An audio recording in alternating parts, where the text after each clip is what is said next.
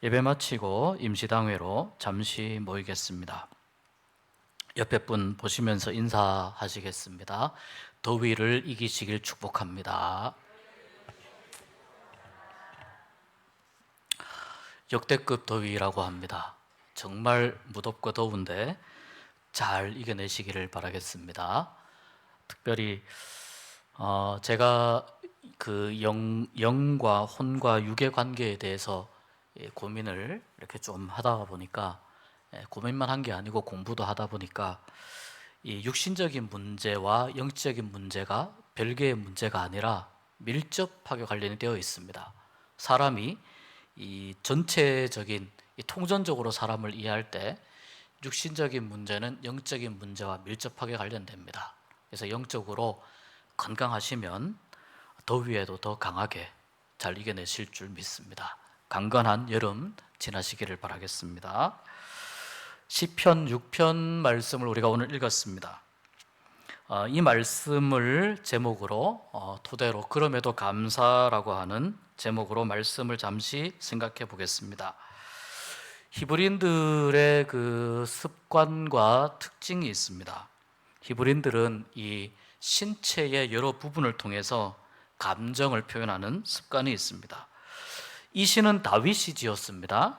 다윗이 지었는데 다윗도 어떻게 고백하냐면은 2절에 나의 뼈가 떨리오니, 나의 뼈가 떨리오니. 여러분 뼈 한번 떨어 보셨습니까? 뼈가 이게 막 다다다다닥 이렇게 추워서 아주 추울 때 이빨이 부딪히는 그런 소리. 여기에서 이 지금 다윗이 고백하는 뼈가 떨리오니 이 말은 얼마나 다윗이 지금 고통 가운데 있는가, 그것을 단적으로 표현합니다. 뼈는 우리 몸을 지탱하는 그 힘의 원천이죠. 또 온몸이 뼈로 인해서 연결이 되어 있습니다.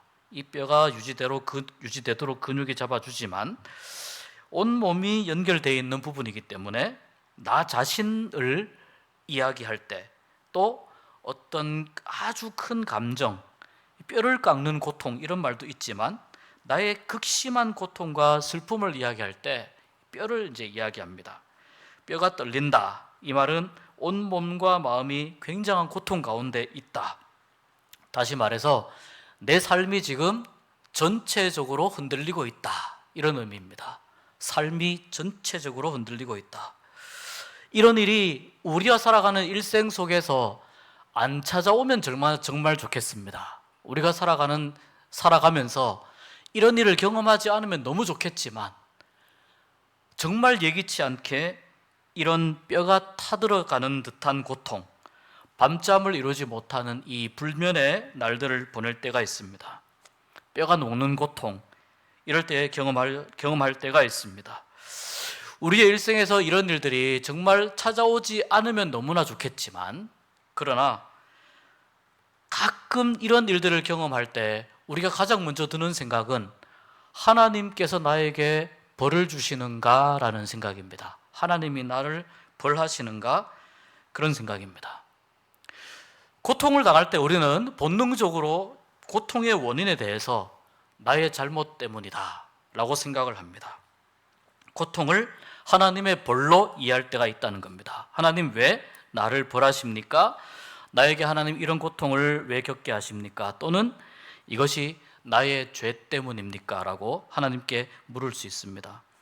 고통의 원인 중에 또 하나는 욥과 같이, 구약 성경의 욥처럼 하나님의 특별한 허락 속에서 일어나는 어떤 시련과 시험일 수도 있습니다. 하나님은 아브라함에게도 그런 고통을 주셨습니다. 사랑하는 아들 이삭을 내게 바쳐라. 이게 말이나 되는 소리입니까? 하나님이 주셔놓고 하나님이 뺏어 가시겠다는 겁니다. 말이 안 되죠. 아브라함의 그 타들어가는 듯한 고통, 아들과 함께 길을 걸어가면서, 모리아 산으로 걸어가면서 아브라함의 마음속에 얼마나 많은 생각이 들었겠습니까? 그 아브라함의 타들어가는 고통, 자녀를 잃고 재산을 잃는 욥과 같이 이러한 뼈가 타들어가는 그러한 고통, 이것은 다른 사람의 잘못으로 인해서 일어나는 고통이 아니죠. 하나님의 어떤 특별한 계획 속에서 일어나는 시련이라고 볼 수 있습니다. 어쨌거나 우리가 고통을 겪을 때 우리는 이것이 하나님의 징벌인가, 하나님의 시련인가, 이렇게 생각할 수가 있습니다. 이런 상황이 되면, 죽음과 같은 이런 고통과 이런 아픈 상황이 되면 우리의 마음속에는 여러 가지 많은 생각들이 듭니다. 특히 오늘 다윗이 고백한 5절에 이렇게 이야기합니다. 사망 중에서는 주를 기억하는 일이 없사오니 스올에서 주께 감사할 자 누구리이까. 여기에서 말하는 스올은 죽음입니다. 죽음. 그러니까 죽음과도 같은 고통 속에서 누가 과연 감사하겠습니까? 라고 그렇게 하나님 앞에 이야기할 수 있습니다. 우리나라 역사 가운데는 굉장히 힘들고 어두운 역사가 많습니다. 1948년 10월 19일에 여순 사건이 일어납니다. 이 사건으로 인해서 사랑하는 두 아들을 잃은 손양원 목사님이 있었습니다. 교회에서 기도하다가 이 소식을 듣습니다. 아들이 죽었답니다. 두 아들이 다 죽었답니다. 그런데 손양원 목사님이 이 소식을 듣고 이렇게 기도합니다. 하나님, 내 두 아들을 뜻이 있어서 불러가신 것으로 믿고 감사합니다. 그리고 내 두 아들을 죽인 사람의 생명을 보존해 주십시오. 그가 지옥에 가서는 안 됩니다. 제가 전도하겠습니다. 저에게 그를 사랑할 수 있는 마음을 주옵소서. 손양원 목사님이 이렇게 자기 아들을 죽인 사람을 향해서 내가 전도하겠습니다. 그를 지옥에 보내지 마십시오.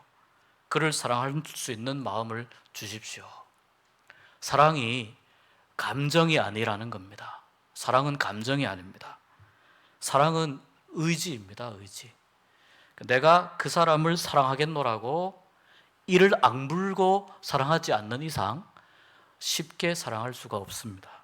그러니까 이 사랑은요, 우리가 할 수 있는 사랑은 너무 제한적이에요. 사람이 할 수 있는 사랑은 너무 제한적입니다. 저에게 그를 사랑할 수 있는 마음을 주십시오. 이 말은 성령의 능력으로 그를 사랑하게 해주십시오. 그런 의미입니다. 성령의 힘으로 사랑할 수 있게 해주십시오. 아들의 장례식이 끝났습니다. 그 아들을 죽인 안재선을 양자로 삼죠. 우리가 다 아는 이야기입니다. 그리고 그 아들에게 양자로 삼았기 때문에 양재선이 아니고 너는 손재선이다. 새로운 성을 줍니다. 그리고 그를 목회자로 키우게 되죠. 이런 놀라운 사랑의 힘을 보여줍니다. 손양원 목사님이 이 안재선을 볼 때마다 죽은 아들이 왜 생각이 나지 않았겠습니까? 안재선이 밥 먹을 때 저 자리에 우리 아들 동신이가 앉아 있어야 되는데, 안재선이 공부할 때 우리 아들이 저기에서 공부했어야 되는데, 안재선이 목회자가 되었을 때 우리 아들이 저렇게 되었어야 되는데, 평생을 이를 악물고 사랑했을 겁니다. 그런데 그렇게 이를 악물고 손양원 목사님은 이 사랑을 끝까지 지켰습니다. 그 어느 누구도 감히 따라할 수 없는, 어느 누구도 감히 범접할 수 없는 사랑의 모습이었습니다. 그리고 나서 손양원 목사님은 일평생 나병 환자들을 돌보고 교회를 섬기고 믿음과 신앙을 지키다가 순교하셨습니다.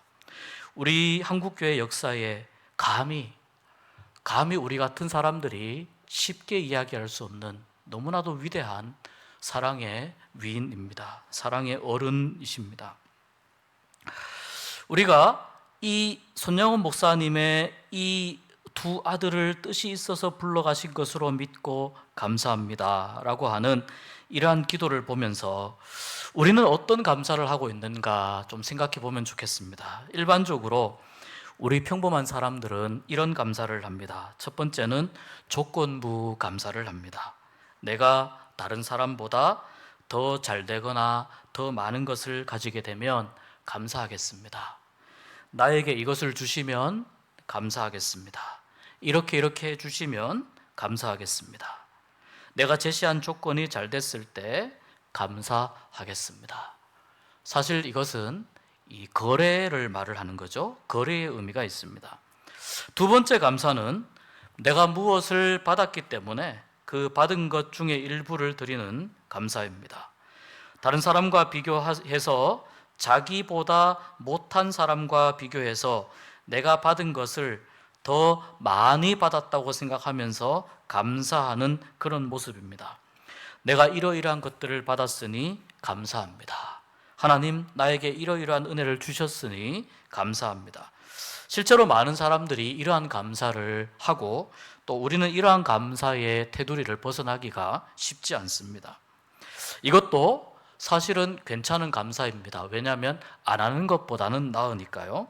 하나님이 베푸신 은혜를 인식하기 때문에 이렇게라도 감사하는 것이 어디인가 생각할 수 있습니다. 그렇지만 잘 생각해 보십시오. 여기에서 말하는 은혜, 무엇을 받았다는 것은 내가 그것을 인식하는 것을 의미하는 거예요. 내가 인식하는 것. 우리는 대부분의 경우에 하나님이 우리에게 베푸신 은혜를 다 알지 못해요. 하나님이 우리에게 주신 은혜를 다 깨닫지 못해요. 그래서 무엇을 받았기 때문에 감사하는 모습은 사실 감사의 일부에 지나지 않습니다.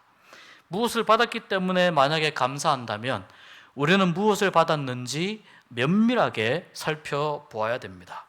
세 번째 감사는요, 불행을 당해도 힘들고 어려워도 감사하는 그런 감사입니다. 어떤 어려움, 악조건 속에서도 하나님의 은혜로 생각하고 범사에 감사하는 모습입니다. 이른바 그럼에도 감사입니다.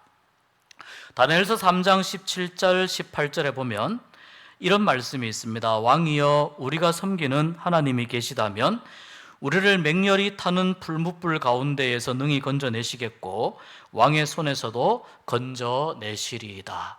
우리 18절 한번 보실까요? 같이 한번 읽어볼까요?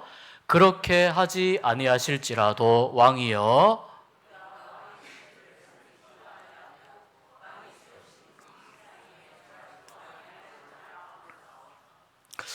그렇게 하지 아니하실지라도 우리가 잘 아는 내용이죠. 찬양도 있습니다. 그리 아니하실지라도 찬양도 있습니다. 느부갓네살 왕은 바벨론의 위대한 왕이죠. 이 느부갓네살 왕이 금으로 신상을 만들어 가지고 큰 신상을 평지에 두었습니다. 누구든지 볼 수 있게 했습니다. 이 신상에 절하지 않는 사람은 누구든지 즉시 풀무불에 던져서 태워버리겠다고 명령했습니다. 그리고 바벨론 사람들이 지켜보니까 마침 유대에서 끌려온 유대인 3명 중에 다니엘의 세 친구인 사드락, 메삭, 아벳느고가 이 금신상에 절을 하지 않는 거예요. 이 사드락, 메삭, 아벳느고는 똑똑한 사람들이어서 느부갓네살 왕이 이들에게 관직을 주었습니다. 관직을 주고 바벨론 땅에서 어느 정도 역할을 하도록 배려해 주었습니다. 그런데 이들이 이 금신상에게 절하지 않는 겁니다. 느부갓네살 왕이 아깝습니다. 이 사람들을 그냥 태워 죽이려니까 너무 아깝습니다. 그래서 회유합니다. 그런데 그 회유하는 이야기에 이 사드락, 메삭, 아벳느고가 거절합니다. 저희는 왕이 만든 금신상에 절하지 않겠습니다. 그러나 그렇게 하지 아니하실지라도, 무슨 뜻입니까? 왕이 만드신 금신상에 절하지 않겠습니다. 그리고 우리가 섬기는 하나님이 계시다면 우리를 풀무불 가운데에서 능히 건져내실 것입니다. 왕의 손에서도 건져내실 것입니다. 그런데 그렇게 하지 아니하실지라도, 바꾸어 말하면 우리가 풀무불에서 타 죽더라도 라는 의미입니다. 풀무불에서 타 죽더라도 왕이여, 우리가 왕의 신들을 섬기지도 않고 왕이 세우신 금신상에게 절하지도 않겠습니다 라는 이야기입니다. 이 뒤에 나오는 이야기를 우리는 잘 알고 있습니다. 뒤에 나오는 이야기를요.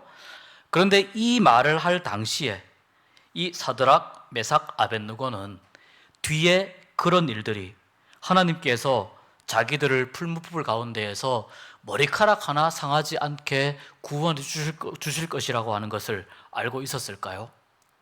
믿고는 있었지만 알지는 못했다는 거죠. 믿고는 있었을 겁니다. 하나님을 믿는 믿음을 가지고 있었지만, 그러나 그렇게 하실 것이라고 알지 못했다는 겁니다. 그 이후에 일어날 일들을 알지 못했습니다. 알지 못했지만 이들은 그렇게 하지 아니하실지라도 그럼에도 불구하고의 믿음을 가지고 있습니다. 기적은 항상 일어나면 얼마나 좋겠습니까마는 기적은 항상 일어나지 않습니다. 이 세 사람은 사실 죽음을 각오했습니다. 죽음을 각오했고 그 이후의 일은 전적으로 하나님의 결정이었습니다. 우리가 이걸 잘 이해해야 됩니다. 이들은 풀무불에 타 죽을 순교의 정신, 순교의 결단을 가지고 있었습니다. 그리고 그런 마음으로 하나님을 의지했습니다. 그렇게 살려주지 않는다 하더라도 우리는 하나님을 떠나지 않겠습니다. 왜냐하면 비록 이 풀무불 가운데에서 우리가 이렇게 된다 할지라도 나중에 하나님께서 우리를 다시 살리실 것을 믿기 때문이라는 믿음이 그 가운데 있기 때문입니다. 죽음을 각오했던 이 사드락, 메삭, 아벳느고, 하나님의 결단과 하나님의 결정으로 이들을 살려주신 것입니다. 하나님은 오늘 우리가 하나님께 감사하는 것을 정말 귀하게 보십니다. 어떤 식으로든 우리가 감사한다는 것은 너무나 귀하고 감사한 일입니다. 그런데 하나님은 우리의 감사가 점점 더 하나님의 뜻에 가까운 감사가 되기를 원하세요. 우리가 왜 하나님의 뜻에 가까운 감사가 되어야 하냐면 그렇게 된다는 것은 우리가 하나님의 은혜를 더 많이 누리고 있다는 것을 의미하기 때문입니다. 우리가 하나님의 은혜를 많이 누리고 있지 못하면 내가 그런 은혜를 누리고 살아가면서도 그것을 내가 인식하고 있지 못하면, 깨닫지 못하면 우리가 감사할 수가 없습니다. 그래서 이 감사의 믿음, 하나님이 원하시는 그런 감사의 믿음을 가지기 위해서 정말 중요한 것이 뭐냐면 하나님과 건강한 관계를 유지하는 겁니다. 하나님과 건강한 관계는요, 내가 찾아야 되는 겁니다. 내가 하나님을 찾고 내가 하나님을 부르짖고 내 믿음으로 하나님을 찾고 만나야 됩니다. 다시 말해서 나의 하나님을 만나야 됩니다. 하나님과 내가 하나님에 대해서 철저한 신뢰관계, 이 사드락, 메삭, 아벳느고와 같은 이러한 하나님을 신뢰하는 믿음이 형성되지 않으면 하나님과 관계가 건강해지기가 어렵습니다. 그래서 오늘 말씀에서 하나님과 건강한 관계를 회복하고 이 관계를 계속해서 만들어가기 위해서 오늘 우리가 말씀 가운데서 드리는 다윗의 기도에 관심을 가져야 됩니다. 첫 번째, 우리가 하나님과 건강한 관계를 맺고 회복하고 유지하기 위해서는요, 죄의 문제가 해결이 되어야 됩니다. 우리가 1절에서 3절 말씀에 다윗이 고백합니다. 이 말씀 가운데에서 우리가 하나님과의 건강한 관계를 해결하기 위해서는 죄의 문제를 해결해야 되는데, 우리가 고통스러운 문제 속에 있을 때 하나님 앞에서 죄에 대해서 철저하게 고백하고 용서받음으로 인해서 우리의 삶이 변화되어야 되는 거예요. 여러분, 회개는요, 뉘우침이 아니에요. 회개는 그냥 눈물이 아니라 회개는 삶이 이렇게 돌아서는 거예요. 삶이 돌아서는 겁니다. 그러니까 죄의 문제가 해결된다는 것은 무슨 뜻이냐면 내 삶의 방향이 잘못 가고 있다는 것을 깨닫고 그것을 하나님이 원하는 방향으로 돌이키는 것을 의미합니다. 이것이 회개입니다. 이것을 우리가 경험할 때 하나님께서 일하고 계시는구나, 그것을 알게 됩니다. 그 다음에 두 번째는 4절에서 7절 말씀을 근거로 해서 볼 때 우리의 첫 번째는 죄의 문제를 해결해야 된다고 그랬는데 두 번째는 우리의 문제를 정직하게 하나님께 알아야 됩니다. 하나님, 내가 어떤 문제가 있습니다. 오늘 보십시오. 다윗이 탄식하면서 이렇게 고백합니다. 죽음 가운데서 누가 감사하겠습니까? 죽음과 같은 고통 가운데에서 누가 감사하겠습니까? 다윗의 솔직한 심정입니다. 이렇게 토로하는 이 마음이 모든 사람들에게 사실 다 있지만, 그러나 이 죽음 가운데에서 가장 벌거벗겨지고 가장 내가 힘든 상황 가운데에 노출되는 바로 이 상황은 내가 하나님께 가장 가까이 나아갈 수 있는 순간이라는 것을 우리가 기억해야 됩니다. 우리의 뼈가 떨릴 때, 뼈가 떨려서 밤잠이 오지 않고, 뼈가 떨려서 일이 손에 안 잡히고, 뼈가 떨려서 내 삶이 흔들리고 있을 때가 어떤 때라고요? 우리가 하나님께 내 문제를 안고 가장 가까이 나갈 수 있는 절호의 기회라는 거예요. 이 기회를 붙잡아야 됩니다. 종교적으로 고상해 보이는 모습, 기도도 너무나 이렇게 아름답게 하고, 물론 중요합니다. 좋습니다. 그러나 나의 연약함과 나의 부족함을 감추려고 하는 그런 인간적인 노력을 내려놓고, 하나님, 이것이 저의 본 모습입니다. 하나님, 이것이 저의 한계입니다. 하나님, 제가 진짜 맞닥뜨리고 있는 문제가 이것입니다. 이것을 고백할 때, 고백할 수 있는 순간, 고백하도록 하나님께서 뼈를 떨리는 고통을 우리에게 주신다는 겁니다. 세 번째는 기도를 들으시고 응답하시는 하나님을 우리는 믿고 신뢰해야 됩니다. 응답하시는 하나님을 향한 이 믿음의 기도는 하나님이 우리 인생의 문제에 깊이 찾아와서 그 문제를 만지시도록 합니다. 하나님이 응답하실 줄 믿습니다. 그렇게 믿고 드리는 기도가 어떤 기도라고요? 하나님이 우리 인생의 문제를 만지시는 기회를 준다고요. 하나님의 개입은, 하나님이 우리의 인생에 들어오시는 것은 그래서 우리 인생 가운데에서 큰 역사를 만들어가게 돼요. 우리 안에서 일하는 것을 경험하게 됩니다. 하나님의 일하심을 통해서 우리가 고통을 이겨낼 수 있게 되고 새로운 삶의 자리로 한 걸음 더 나아갈 수 있게 됩니다. 다윗이 고백합니다. 내 울음소리를 들으셨습니다. 이 고백은 무슨 뜻입니까? 하나님, 제가 울 때 하나님이 제 눈물을 귀하게 여기셨습니다. 제 눈물 가운데 담긴 의미를 하나님이 알고 계셨습니다. 무슨 고백입니까? 하나님과의 관계가 근본적으로 새로워지고 있다는 것을 의미하는 거예요. 그리고 나서 우리는 진실한 감사를 할 수가 있습니다. 우리의 죄의 문제를 가지고 하나님 앞에 나와야 됩니다. 나의 현실적인 문제, 본질적인 문제를 가지고 하나님 앞에 나아가야 됩니다. 내 울음소리를 들으시는 하나님, 내 눈물을 들으시는 하나님, 그 하나님을 믿고 하나님 앞으로 나와야 우리가 하나님과의 관계가 새로워지고, 그리고 나서야 하나님이 우리에게 주시는 은혜를 우리가 찾고 누리게 되고 하나님께 참된 감사를 할 수 있게 됩니다. 사도 바울은요, 이 참된 감사를 드려라 하는 것이 하나님의 뜻이라고 말씀했습니다. 데살로니가전서 5장 18절에 범사에 감사하라 이렇게 말씀했는데, 이 범사에 감사하라 이 말은요, 모든 상황 속에서 할 수 있는, 그럼에도 감사하라고 하는 이 감사를 의미하는 거예요. 이 모든 상황, 이것을 공동번역 성경에 보니까요, 어떤 처지에서든지 감사하라고 이야기해요. 어떤 처지에서든지 감사하라. 어떤 상황 속에 놓여 있든지 감사하라. 이런 글이 있습니다.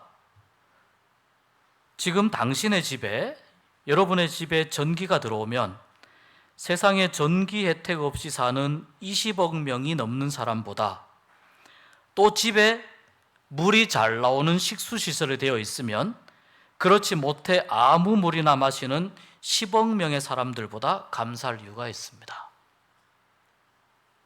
하루에 1,000원 이상으로 생활하고 있다면 1,000원 미만으로 살고 있는 12억 명의 사람들보다, 하루 한 끼라도 따뜻한 음식을 먹을 수 있다면 8억 명의 영양실조로 고통받는 사람들보다 감사할 이유가 있습니다.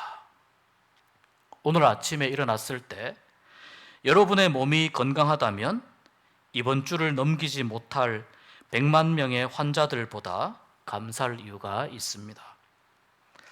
한 번도 전쟁의 위험, 또 수용소의 고통, 고문의 고통, 굶주림의 고통을 경험하지 못했다면 당신은 5억 명의 사람들보다 감사할 이유가 있습니다. 체포와 협박과 학대와 고문과 그리고 죽음의 두려움 없이 교회에 나갈 수 있다면 당신은 이 세상에 30억 명의 사람들보다 감사할 이유가 있고, 만일 당신의 냉장고에 음식이 있고 여러분의 몸에 옷이 걸쳐 있거나 잠을 잘 수 있는 집이 있다면 이 세상 사람들의 75%보다 감사할 이유가 있습니다. 여러분의 은행에 지갑에 약간의 돈이 있고 어딘가 작은 접시에 동전을 조금 모아 놓았다면 당신은 이 세상에서 8% 안에 드는 감사할 이유가 있는 부자입니다. 두 부모가 아직 살아 계시고 지금 혼자가 아니라면 보기 드물게 감사할 이유가 있는 사람입니다. 그리고 지금 이 글을 읽을 수 있다면 글을 읽을 줄 모르는 20억 명의 사람들보다 감사할 이유가 있습니다. 아마 이 숫자는 그때 글이 쓰여질 때보다 조금씩 달라질 수 있을 거예요. 수많은 아프리카의 사람들이 물이 없어가지고 흙탕물 퍼먹는 거 아마 보실 겁니다. 우리는 물 걱정 없이 잘 살고 있죠. 그래서 사람들에게 가장 큰 저주는 목마름이 아니라 감사하는 마음이 생기지 않는 메마름이라고 이야기합니다. 목마름도 고통스럽지만 정말 사람에게 가장 큰 저주는 감사할 줄 모르는, 감사하는 마음이 생기지 않는 메마릅니다. 그래서 그 사람의 건강이, 그 사람의 신앙이 건강한 신앙인지 아니면 살아있는 신앙인지 그것을 확인하려면 그 사람의 삶 속에 감사가 있는지 보면 됩니다. 항상 불평과 불만이 가득한 사람은 비록 그 사람이 성경을 이야기한다 하더라도, 교회를 다닌다 하더라도 그 신앙은 건강한 신앙이 아닐 수 있습니다. 그러나 상황과 형편이 어렵고 힘들어도 감사할 수 있는 신앙은, 말씀드린 대로 모든 상황 가운데에서 감사를 찾을 수 있는 신앙은 하나님이 기뻐하시는 신앙인 줄 믿습니다. 여러분, 내 안에 나의 신앙이 지금 내 신앙이 잘 걸어가고 있는가, 그렇지 않는가 스스로 자가 진단을 할 수 있는 가장 좋은 방법은요, 내 안에 감사가 있는가 없는가를 스스로 체크해 보시면 됩니다. 감사가 있는가 없는가, 감사를 회복할 수 있는 여러분 되시기를 축복합니다. 오늘 말씀이요, 다윗이 자기의 고통을 토해내는 참회시입니다. 그렇지만 이 말씀은 동시에 다윗이 감사로 나아가는 첫걸음입니다.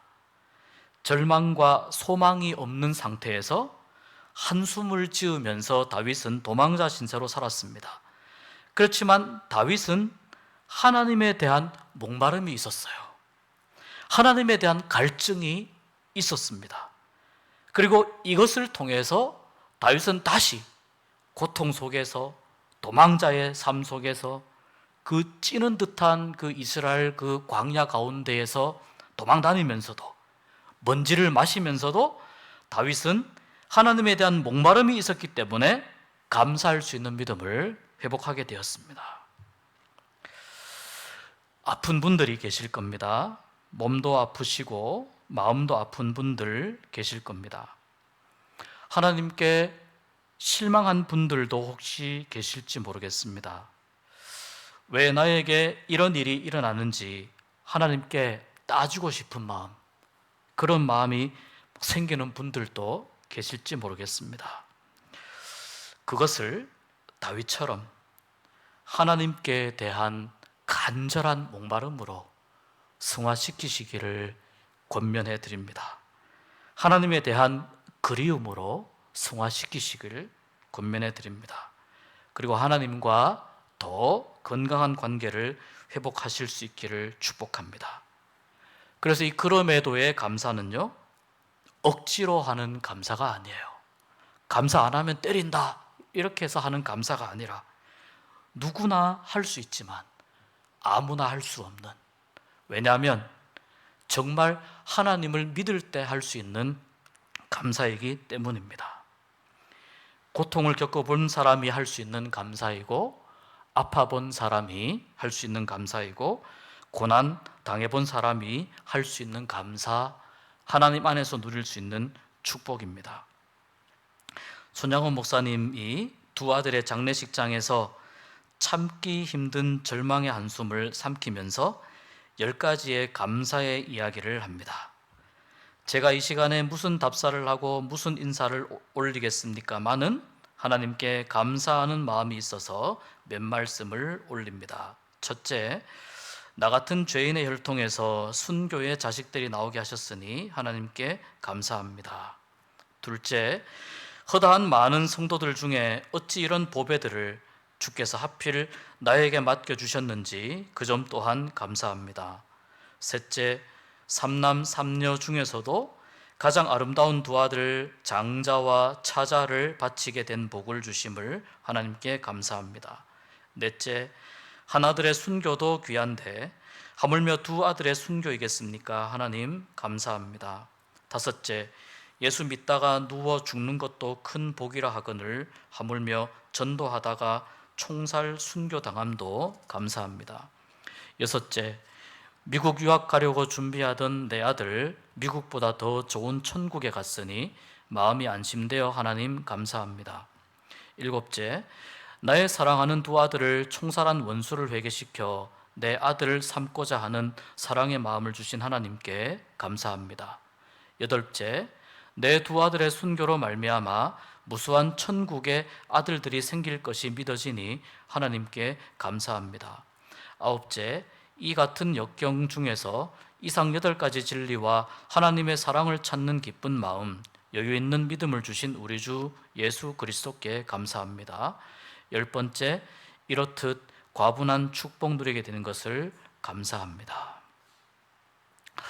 감사는요, 아무리 많은 복을 누리고 있어도 감사의 눈이 뜨여지지 않으면 할 수 없는 것이 감사이고요.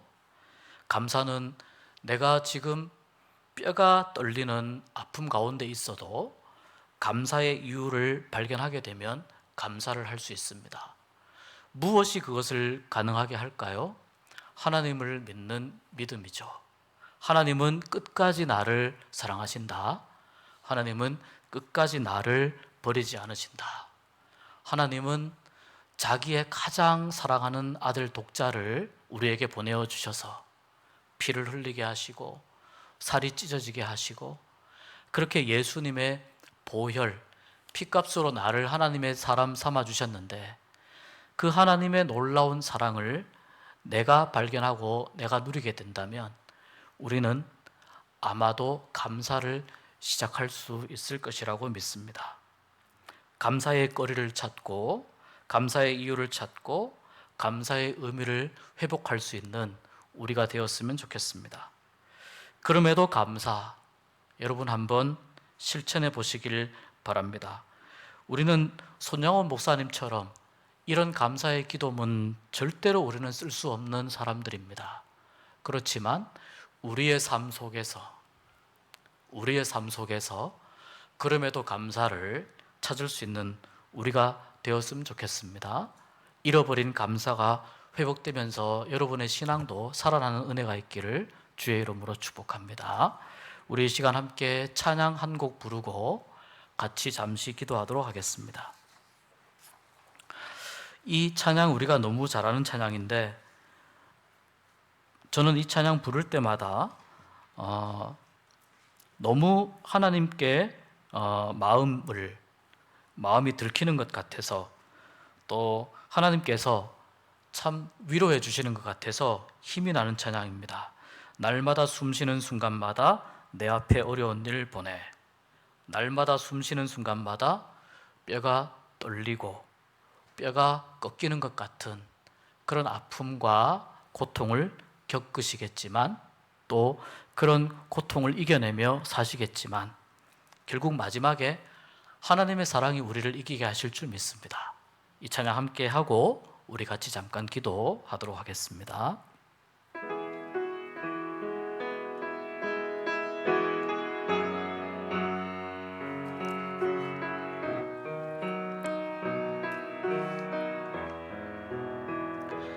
날마다 숨쉬는 순간마다 내 앞에 어려운 일 보내 주님 앞에 이 몸을 맡길 때 슬픔 없네 두려움 없네 주님의 그 자비로운 손길 항상 좋은 것 주시도다 사랑스레 아픔과 기쁨을 수고와 평화와 안식을 날마다 주님 내 곁에 계셔 자비로 날 감싸주시네 주님 앞에 이 몸을 맡길 때 힘주시네 위로함 주네 어린 나를 품에 안으시사 항상 평안함 주시도다 내가 살아 숨을 쉬는 동안 살피신다 약속하셨네 인생의 어려운 순간마다 주의 약속 생각해보네 내 맘속에 믿음 잃지 않고 말씀 속에 위로를 얻네 주님의 도우심 바라보며 모든 어려움 이기도다 흘러가는 순간순간마다 주의 약속 새겨봅니다. 같이 기도하도록 하겠습니다. 하나님 아버지